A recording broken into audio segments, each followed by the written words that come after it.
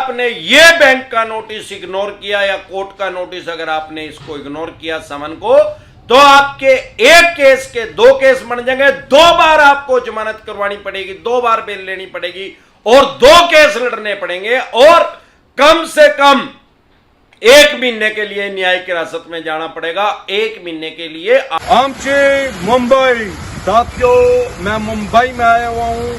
आपको या आपके किसी भी प्यार प्यारे रिश्तेदार को लोन से रिलेटेड कोई भी दिक्कत परेशानी आ रही है तो आप मेरे से पर्सनली मीटिंग कर सकते हैं, पर्सनली एडवाइस ले सकते हैं। लोन से रिलेटेड जो भी डॉक्यूमेंट्स है वो सभी लेके, अगर आप मुंबई में रहते हैं तो आपको जेल में जाना पड़ सकता है अगर आप इस समन को इग्नोर कर रहे हैं। 138 चेक बाउंस के बारे में मैं हर बार कहता हूं, अगर आपके पास पैसे हैं तो इनके पैसे दे दे, नहीं पैसे हैं तो राहु केतु ग्रह तो क्या करेगा, दुनिया का कोई भी ग्रह धरती पे आके आपका कुछ नहीं बिगाड़ सकता। और ये चवन्नी छाप तो शुद्ध ही कुछ नहीं है। हां, 2 तरह के नोटिस को कभी भी इग्नोर ना करें। एक तो 138 चेक बाउंस के केस को, जिसको शॉर्ट में NIA एक्ट भी कहते हैं। अगर ऐसा नोटिस आपके पास समन आ रहा है तो इसको कभी भी इग्नोर ना करें, यह आपको जेल की हवा खिला सकता है। और सरफेसी एक्ट 2002 के तहत अकॉर्डिंग अगर आपके पास नोटिस आ रहा है 13(2) का, 13(4) का, सिंबॉलिक पोजीशन, फिजिकल पोजीशन या DM साहब का, इसको भी कभी इग्नोर ना करें।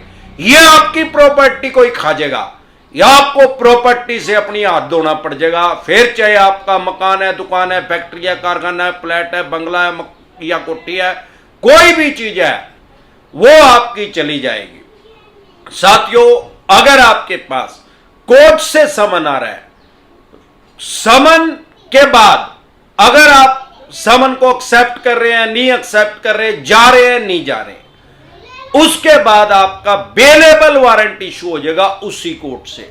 फिर नियर बाय पुलिस स्टेशन से आपके पास पुलिस वाले आ सकते हैं। वैसे तो आपके पास 2 लोन डिफॉल्ट हो गए, 5 हो गए या 25 हो गए। अगर आपके 25 लोन भी डिफॉल्ट हो गए, सबकी 5-5 EMI भी डिफॉल्ट होगी, तो भी ये क्राइम की श्रेणी में नहीं है, इसको क्राइम में कंसीडर नहीं किया जाएगा। आपके खिलाफ कोई भी डायरेक्ट FIR लॉन्च नहीं हो सकती। EMI डिफॉल्ट होने में आपका पर्चा दर्ज नहीं हो सकता, आपके पास कोई पुलिस वाला नहीं आ सकता। हां, अगर कोर्ट के अवमानना करेंगे तो जरूर आपके पास पुलिस आएगी। आप 138 के केस को, समन जो आपके पास आ रहा है उसको इग्नोर कर रहे हैं तो आपका बेलेबल वारंट इशू हो जाएगा। पुलिस वाला आपके घर आएगा, आपको इंटीमेट करेगा, आपको बताएगा, तो आपको स्थानीय थाने पुलिस स्टेशन चौकी में जाना पड़ेगा, अपनी कच्ची जमानत करवानी पड़ेगी, मतलब टेम्परेरी बेल जिसको बोलते हैं। अब क्योंकि ये बेलेबल ऑफेंस है, जमानती वारंट इशू है, जैसे कि नाम से ही पता लगता है, तो इसमें तुरंत प्रभाव से आपको जमानत मिल जाएगी। उसके बाद आपको कोर्ट में जाना पड़ेगा। ऐसा नोटिस होने के बाद 80 से 90% आदमी कोर्ट में अपीयर हो जाते हैं। लेकिन अगर आप फिर भी अपीयर नहीं हो रहे तो आपका नॉन बेलेबल वारंट इशू हो जाएगा। अगर आप वो कोर्ट के अवमानना में आ जाएगा, भाई कोर्ट आपके पास समन भेज रही है, आप वहां जा ही नहीं रहे। वैसे तो 99% तो फेक नोटिस ही आते हैं, फेक समन भी आते हैं, चवन्नी छाप खुद से ही कोर्ट की मोहर लगा के लोगों के पास भेज देते हैं एडिट करके। आप डरे घबराए नहीं, क्योंकि बैंक या NBFC कंपनी के पास ये जो चेक बाउंस है ये एक ब्रह्मास्त्र है, लास्ट का हथियार इनके पास एक यही है। उसको इतनी जल्दी ये इस्तेमाल नहीं करते, यूज नहीं करते। इनको पता है अगर एक बार ये कर दिया चेक बाउंस और इसने जाके कोर्ट में जमानत करवा ली तो इसको सारा भेद आ जाएगा, कोर्ट, थाना, तहसील, कोर्ट कचहरी का पता लग जाएगा। अभी तो ये घर बैठे अपने मकान में, दुकान में, फैक्ट्री में, कारखाने में, यही बैठे बैठे इसको डराओ इस चेक बाउंस से। ये एक रस्सी है जिसको सांप बढ़ा के दिखाया जा रहा है। अब दिक्कत परेशानी कहां है, अगर इन्होंने कर दिया, सबसे पहले फेक नोटिस डिसेंटेड वाई लिख के वीडियो देख लें, आपको पता लग जाएगा जो नोटिस आया फेक है कि जेन्युइन है। अगर आपको वो जेन्युइन लग रहा है तो सारे देश की कोर्ट जो है ऑनलाइन हो चुकी है। अब चवन्नी छापों का ज्यादा ये इनकी ठगी ज्यादा दिन चलने वाली नहीं है। यूट्यूब पे जलजला आ चुका है, अमरदीप कादियान आ चुका है यूट्यूब पे, आम और खास आदमी को उनके राइट्स और अधिकार बताने के लिए। ई कोर्ट अपने फोन में लोड कर ले और ई कोर्ट पेटीएम की तरह चलाना बिल्कुल आसान है। उसमें अपना चेक कर ले कि वो आपके ऊपर केस रजिस्टर्ड हुआ भी है कि नहीं हुआ। अगर हुआ है तो उसको इग्नोर ना करें, क्योंकि अगर आप इग्नोर करेंगे तो आपके अवेलेबल वारंट इशू हो जाएंगे, उसको भी इग्नोर करेंगे तो नॉन अवेलेबल वारंट इशू हो जाएंगे, गैर जमानती उसको भी आप इग्नोर करेंगे तो आपको भगोड़ा घोषित कर दिया जाएगा कोर्ट से। पीओ स्टाफ जो होता है फिर वो आपको पुलिस पकड़ने के लिए आएगी और आपको हिरासत में लेके, हो सकता है जज साहब आपकी जमानत ले ले, नहीं तो आपको 14 दिन के लिए न्यायिक हिरासत में जाना पड़ सकता है, यानी 14 दिन के लिए जेल में जाना पड़ सकता है। जब आपके नॉन बेलेबल वारंट इशू हो जाएंगे, पहले समन, फिर बेलेबल वारंट, फिर नॉन बेलेबल। अगर आप नॉन बेलेबल वारंट पे जा रहे हैं कोर्ट में तो हो सकता है कोर्ट में आप अपना पक्ष रखेंगे, अगर जज साहब को लॉजिक लगा उसमें आपका जो भी आपने कारण बताया लॉजिक वाला कारण है, तो हो सकता है आपको जमानत मिल जाए और हो सकता है आपको जमानत ना मिले, 2-4 दिन के लिए आपको न्यायिक हिरासत में जेल में जाना पड़े।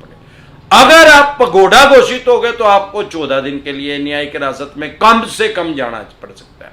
अगर फिर भी आप नहीं जा रहे हैं, नहीं पकड़े जा रहे हैं, तो आपके केस को डिस्पोजल कर दिया जाएगा 3-4 साल के बाद। भाई आप कोर्ट का टाइम जो है वेस्ट कर रहे हैं। और कोर्ट के आदेश द्वारा जो भी वहां पे पुलिस थाना चौकी लगती होगी वहां पे कोर्ट के ऑर्डर चले जाएंगे कि इस आदमी के खिलाफ 174A 174A का FIR लॉन्च करो, आपके खिलाफ एक पर्चा और दर्ज हो जाएगा, एक केस और रजिस्टर्ड हो जाएगा। अभी एक 138 का चला हुआ है जो कि डिस्पोजल हुआ है। डिस्पोजल का मतलब वो बिल्कुल खत्म नहीं हुआ। जब आपको पुलिस अरेस्ट करेगी तो आपको 174A में कम से कम 1 महीने के लिए न्यायिक हिरासत में जाना पड़ेगा, 1 महीने के लिए कम से कम आपको जेल में जाना पड़ेगा। तब आपको 2 बार जमानत करवानी पड़ेगी, एक 138 में चेक बाउंस में और एक 174 में। 174A में अभी क्या था, अभी सिर्फ एक जमानत करवानी है, फिर 2 जमानत करवानी पड़ेगी, 2 केस रजिस्टर्ड हो गए, 2 केस लड़ने पड़ेंगे। तो ऐसी गफलत की स्थिति में ना रहें। कोर्ट की अवमानना अगर आप करेंगे तो आपके घर पुलिस भी आएगी, आपको जेल में भी जाना पड़ सकता है। अदरवाइज तुरंत प्रभाव से इसमें जमानत मिल जाती है। आपको जिस भी स्टेट में आपके चेक को बाउंस करेंगे तुरंत प्रभाव से वहां पे जाके आपको जमानत मिल जाएगी। आपको वहां की हाई कोर्ट में जाने की जरूरत नहीं है, स्थानीय कोर्ट से, उसी डिस्ट्रिक्ट की कोर्ट से ही आपको जमानत मिल जाएगी। इसी तरह की या किसी भी तरह की कोई भी दिक्कत परेशानी आपको या आपके किसी भी यार प्यारे रिश्तेदार को आ रही है लोन से रिलेटेड, तो यूट्यूब के सर्च के ऑप्शन में जाके वो प्रॉब्लम लिखें, आगे डिसेंट एडवाइस जैसे ही लिखेंगे तुरंत प्रभाव से आपकी समस्या का समाधान हो जाएगा। इसके अलावा मैं जैसे हर बार बताता हूं कि एक तो चेक बाउंस के केस को इग्नोर ना करें और एक सरफेसी एक्ट के नोटिस को इग्नोर ना करें कभी भी, क्योंकि सरफेसी एक्ट आपकी प्रॉपर्टी को खा जाएगा, आपकी प्रॉपर्टी की एक्शन कर देंगे, सेल कर देंगे, बोली कर देंगे, और 138 चेक बाउंस आपको जेल में पहुंचा देगा अगर आप उसको इग्नोर करेंगे। अगर इग्नोर नहीं करेंगे दोनों नोटिसों को तो आपका कुछ नहीं बिगाड़ पाएंगे। अगर आपके पास सरफेसी एक्ट 2002 का नोटिस आ रहा है, 13(4) का, 13(2) का, सिंबॉलिक पोजीशन, फिजिकल पोजीशन, या डीएम साहब का नोटिस आ रहा है, अन्य किसी भी तरह का कोई भी नोटिस आ रहा है, तो तुरंत प्रभाव से लीगल एडवाइस लें, क्योंकि प्रिवेंशन बेटर देन क्योर, इलाज से हमेशा परहेज बेहतर है। अगर आप हमारे साथ टेलीफोनिकली जुड़ना चाहते हैं या पर्सनल मीटिंग करना चाहते हैं, फिर आपका लोन 2 करोड़ का है, 5 का है, 25 का, 50 करोड़ का या जितने भी करोड़ का, आप तुरंत प्रभाव से निंजा टेक्निक यूज करें और अपनी प्रॉपर्टी को बचा लें। आप लोन से रिलेटेड जो भी आपके पास डॉक्यूमेंट्स है वो सभी लेके मेरे से पर्सनल मीटिंग कर सकते हैं, पर्सनल एडवाइस ले सकते हैं या टेलीफोनिकली भी एडवाइस ले सकते हैं। उसका क्या प्रोसेस है, आपकी स्क्रीन पे कमेंट बॉक्स के अंदर एक नंबर आया हुआ है 9306347314। इस नंबर को सेव करके व्हाट्सएप मैसेज करें, तुरंत प्रभाव से रिप्लाई आएगा कि कैसे आप हमारे साथ टेलीफोनिकली जुड़ सकते हैं या पर्सनल मीटिंग कर सकते हैं। एक बार जोर से मिलकर नारा लगाएंगे, जय ससुराल वालों की।